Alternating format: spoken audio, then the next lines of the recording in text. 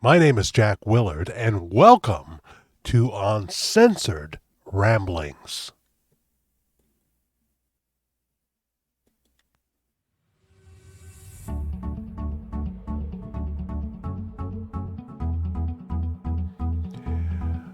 Uncensored Ramblings is a thrice a week romp into topics that would make a hothead pound on the table, a pretender nervous, or a thinking person want to know more. At least I hope so. Welcome.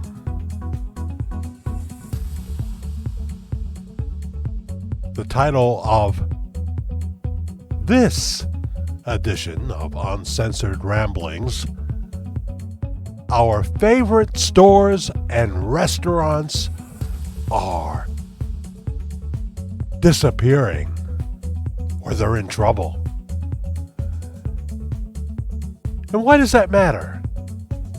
Why does it matter that in the next few years, it is estimated that 25% more of the malls in our communities are going to close? Why does that matter? Because they have been a big part of our lives. Happy memories there. Places that we gathered. Places that we bombarded during the Christmas season. Places that perhaps contain the movie theater that we love so much. And yet, they are slowly disappearing. Here in the Hudson Valley, 3 miles up the road from where I am, there used to be the old Orange Plaza Mall in the 70s and into the 80s. And it was a special place, record shops, a underground Chinese restaurant, great pizza. Not really a food court yet, but restaurants here and there scattered throughout the mall and the anchor stores, J.C. Penney, Sears, Flaws, and others. It was just a cool place to go. Everybody wanted to go there on a Saturday if it was cold or rainy especially. But eventually it was replaced by the Galleria, about half a mile or so away. But now even the Galleria lays empty, and so many stores have come and gone. They've got a nice food court, they've got a nice movie theater, and they've got entertainment centers that have replaced stores like Sears, some of the big anchor stores, because they can't survive anymore. They just can't survive. Amazon, other online businesses have taken their customers away. Fortunately, some people like to go into a store and shop and look around and try clothes on, for example. But when you cut out the middleman, you can sell stuff. You can sell stuff cheaper. Here's a list of some of the stores that are experiencing trouble or downsizing. And then we're going to talk about the restaurants. CVS, well, there's one here in Middletown, New York. In fact, there's one a few miles away from that in the town of Wallkill that is very popular, but they're not all popular. CVS has too many locations. They were established in 1963, and they have 10,000 stores. They do well in some spots. They don't do as well in others. And of course, crime and shoplifting in general has now become a major problem as we have allowed woke DAs to destroy our communities by governors that do nothing about it. By governors that do nothing about it. Now, some CVSs have little clinics, little urgent cares that you can go to with a nurse practitioner, and that can be very valuable in the community. And yes, here where we are, CVS is our drugstore of choice, but they are going to be downsizing. Other stores that you often would see, for example, in the mall, Foot Locker, closing 117 stores, but there are all the ones that are overseas. And Uncensored Ramblings, just like the live show we do on Saturday nights, Worldwide Ramblings, is seen overseas. So you may be losing your Foot Locker, and that's not the only footwear store that's in trouble. Target, established in 1902. It was originally Goodfellow Dry Goods. It took the name Target in 1962, and the nickname, of course, was affectionately Target, making it seem high-end. They only went up to 2X, though.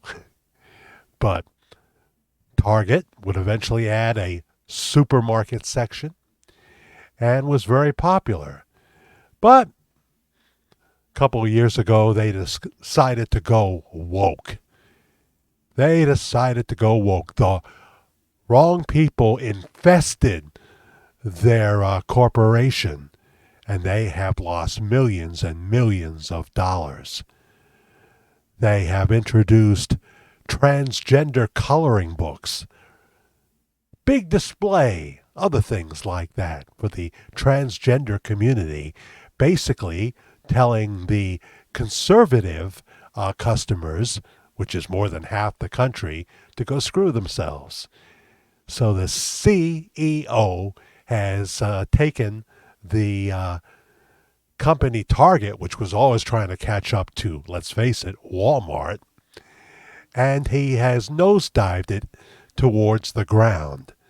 And I have made a pact, for example, as I think other conservatives have, that I will never step foot in a Target again. Never again. Because they had a variety of woke merchandise that they geared at young children. Walgreens, too many stores in high crime areas. They are closing 200 stores, but they're still very viable. The Gap, closing 136 stores. Just not as popular as they once were, and people are buying online. DSW, I have bought some footwear in DSW.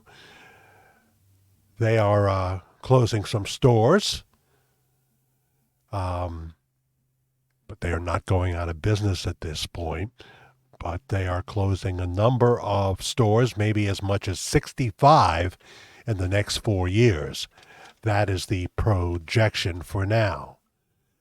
High-end stores that you would see in high-end districts, places near Beverly Hills, California, for example, in Beverly Hills, and the ritzy areas of states like New York. Neiman Marcus and Macy's are in trouble.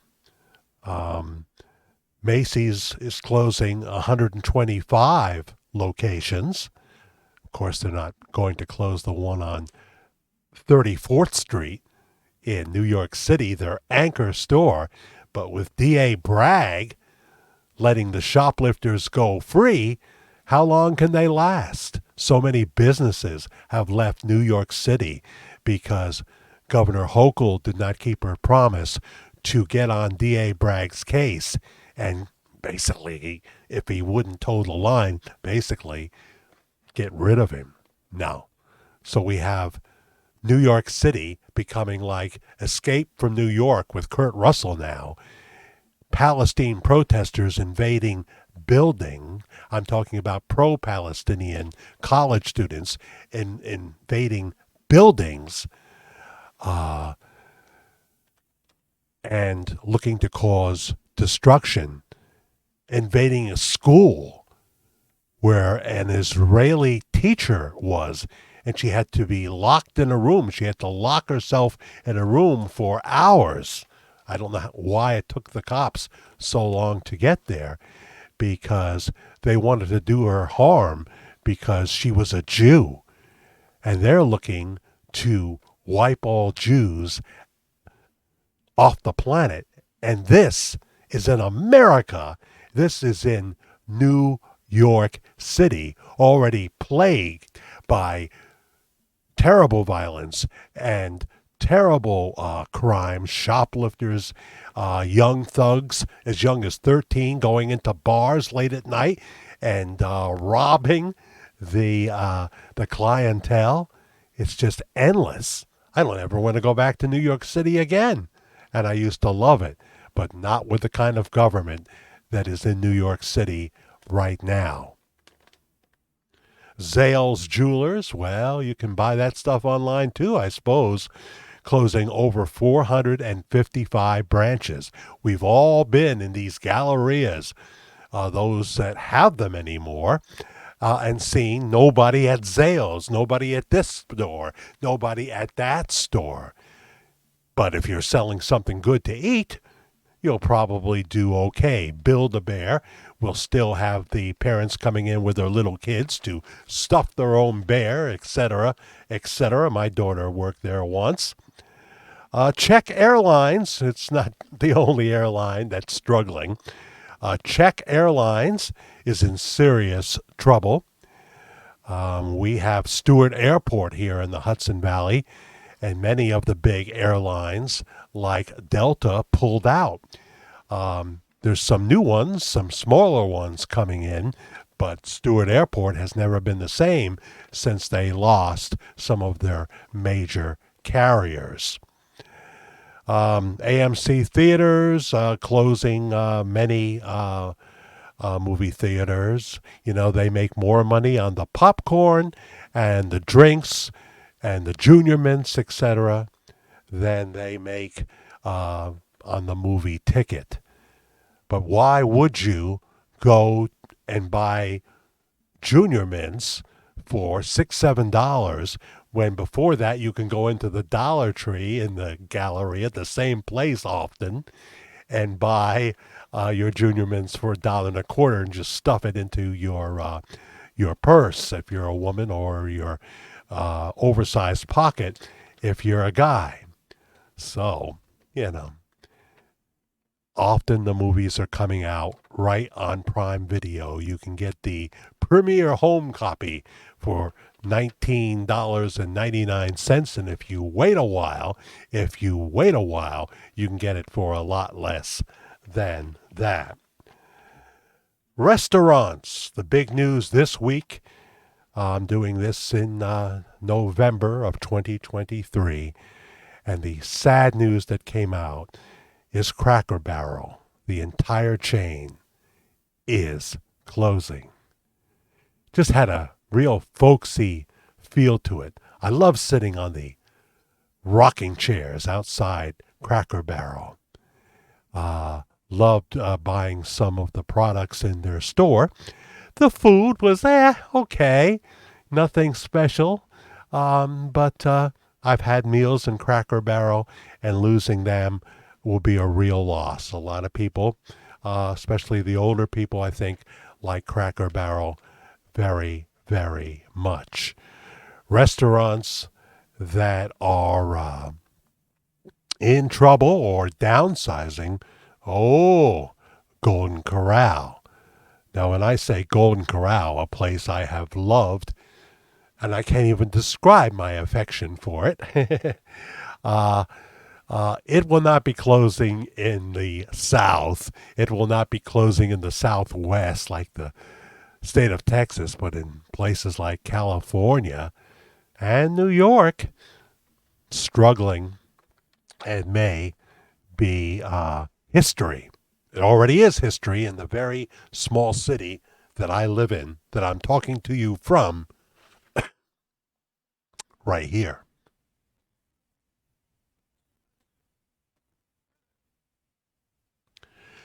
Sometimes the wrong people run Golden Corral, but there's also a problem in some areas, like where I live, where they can't find staff. The waitresses don't want to work in a Golden Corral because the tips are lousy, because, people are getting their own food and you're just giving them their sweet tea or soda or what have you. And I still tip quite well in a Golden Corral because I know these waitresses need that. And it gets to the point where you can't find staff in some communities. Then you drive to Massachusetts or Maine, and they have no problem getting staff, and they greet you with a smile. It just depends where you are as to whether you can find people willing to work. Which state are you in? And then in the country that you may be watching, I would love to know here in the comment section what it's like for you and what your favorite restaurants are where you live. And are they in trouble of closing? Fuddruckers, never been there, don't know a thing about it. It's like Dave and Buster's, never been there, don't know it. They're both in serious trouble. I know that. They may be saying bye. Not so much TGI Fridays as a whole, but they will be closing some locations. They were always known for their fancy drinks and their appetizers, but the steak was always so small. You can get a bigger one if you pay a lot of money. But Texas Roadhouse really did a number on TGI Friday. Red Robin, yeah, it came here and it went. There's enough burger places. Just couldn't make it in the area I live. Bojangles in the South, it'll do fine if you love those chicken and biscuits.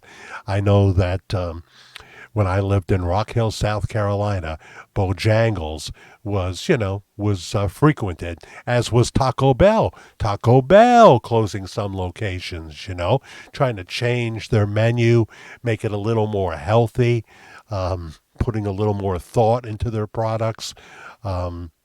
But Taco Bell still has a loyal following, as does Chipotle, but not like it used to be. There's been some health concerns and what have you, and Chipotle is not the bomb that it used to be for a lot of people, but still doing well in many places. Then there's the too many locations for places that are very successful, like Starbucks. Starbucks has too many locations that are too close. Too close. So they're going to be closing up perhaps hundreds of Starbucks, but they have so many, there'll still be one near you, most likely. It's not unlikely for, especially if you count the one that's usually at the entrance of Target, it's not unlikely for a community to have like 3 or 4 Starbucks. As a non-coffee drinker, I don't know why, but then I finally found out there is 25% more caffeine in the Starbucks beans. Gives you more of a kick. And people love to have these fancy concoctions. It must be hell working in Starbucks when people come in and are so persnickety and so demanding, and there's so much to choose from. Don't like coffee. I'm a tea man. IHOP, yeah, we have known this, especially in this area. IHOP has been floundering. People don't go there like they used to. They have this tinted glass here at the IHOP where we live, and you have to squint to see if they're actually open. Are the people in there? Is there cars in the front? Let's look around the other way. And if they're not busy, it looks like they're closed. But it was never my choice, IHOP. I was always a Perkins guy. Ah, yes, three pancakes with a ham and cheese omelet with not the breakfast potatoes, but the hash browns, and a carafe of tea. Being a tea drinker, I love that Perkins gives me the carafe of tea. I can get 2.5 cups out of that because when you're a tea drinker, the waitress forgets about you. Oh, she'll come around with a coffee pot, but you got to specifically try to steer her in your direction or him to get a second cup of tea. So I always enjoyed the carafe and the twinberry syrup at Perkins that they have now seemingly abandoned for just regular blueberry syrup. Another place like that, Denny's, closing at least 15 restaurants. Denny's is one of those places that used to be more popular than it is now, especially if you live in a town with a good diner. Hardee's, Carl Jr.'s came, swept in here first as Hardee's, couldn't make it, then they just, put up the Carl's Jr. sign. It's the same place, but we have flame broiled hamburgers already here in the city that I live in. So, we didn't really care that much, and they left. Dunkin' Donuts took it over, and of course now the line wraps. But if you don't get to Dunkin' Donuts before 2 p.m. in the afternoon or earlier, you will find that Dunkin' Donuts don't have no donuts. And they certainly don't have the variety they used to. They used to have like 50 varieties of donuts, and now it seems like they have like 20, 15, whatever. And often a staff that really doesn't care too much about the walk-in customers. They deal with the drive-in. How many restaurants put all their focus now on the drive-in customers? Oh, order on the app, and all this stuff. And if you walk in there, maybe you have a kiosk you can order on. They don't look like they want to help you. The days of going into a McDonald's and there are like 5, 6 registers with people behind them to help you. Those days in many communities are over. But then again, when I travel, I go into communities where I see a totally different picture. I see a staff of friendly, trained people that are happy to be there and serve you. It just depends what part of America, and that's what I'm talking about. I've never been to Belgium for food. I've never been to London, even though my mom was born in England. So Hardee's and Carl Jr.'s struggling have been for a long time. Here's the biggie that's struggling, just like Target was the biggie with the stores. Burger King, yeah. See, Burger King, they're closing over 200 locations. They had a real resurgence. And I know exactly what the problem is with Burger King. I'm a food guy, so I know the topic. With Burger King, they were doing terribly. They were really nosediving, but they redid their menu. They came up with some new interesting things. They stopped trying to not have the things that McDonald's is famous for, and they started to get their own chicken nuggets and copy a lot of the things from the McDonald's menu while maintaining a flame broiled burger. Their fish sandwich, not so good. Their chicken parm sandwich, not so good. If you're going to get a chicken parm sandwich and you live in a town with a good pizza shop, you're going there. You're not going to go to Burger King. Sometimes you'll pay a little more to get something that doesn't feel like it's fake chicken. You know what I mean? But the Whopper itself, yeah, pretty good. And in most of the times, the onion, the lettuce, the tomato on top of your flame broiled Whopper would be very fresh and delicious. So they come up with 2 for $6 all of a sudden. 2 full-size Whoppers for $6. Huh? That's a pretty good deal. But then wages started to increase for the workers, either by force, the like in New York State. First, it would be $12 an hour, going from like $7, $8 an hour to $12 an hour, and then eventually now 15 plus. if you work in fast food in the state of New York, more if you're in New York City. You know, for a 16-year-old, $15, $16 an hour, that seems a little strange. Maybe when you turn 18. So now we had people leaving the cleaning companies and going to work at Burger King. I'm talking about adults. Sometimes the husband and the wife working at Burger King, McDonald's, Taco Bell, whatever, because they between the two of them they could make a livable wage. They could make a livable wage. So now we're paying that much. We can't be giving you two Whoppers for $6 anymore. So the logical thing would have been to say, okay, two for $8.50. You might have got away with that. But all of a sudden, I pull up at the window at Burger King and I get two Whoppers and they're $15. Two Whoppers for $15? You've more than doubled the price? You don't think that's going to affect you in a negative way? So it's been downhill. And right here in this city, we have two McDonald's and we have two Burger Kings, and the one on the south end of town, uh, they're right next to each other, directly next to each other. And you see the overwhelming presence and the line wrapping on the two drive through lanes at McDonald's. And then you look over to Burger King, and not much. Not much. They're in serious trouble. Arby's was in serious trouble, but they reworked their menu. They finally even added hamburgers at Arby's. I like the Arby's roast beef. I don't expect when I go in there that it's going to be like deli roast beef. I'll go to the deli if I want that, but I like their flavor of warm roast beef too. And their turnovers and what have you.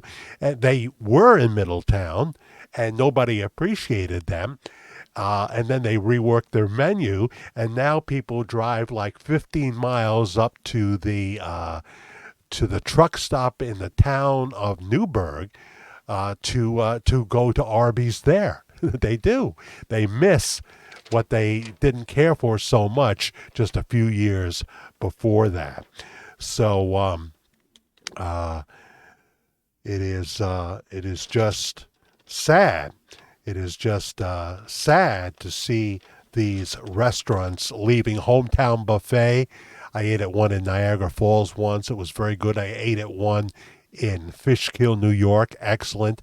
But, in this health conscious society, the buffets are not as popular as they used to be in some areas. I don't think they're going to have any problem in Alabama and South Carolina. Golden Corral is great in Rock Hill, South Carolina. I used to live there. I can tell you that. But, yeah.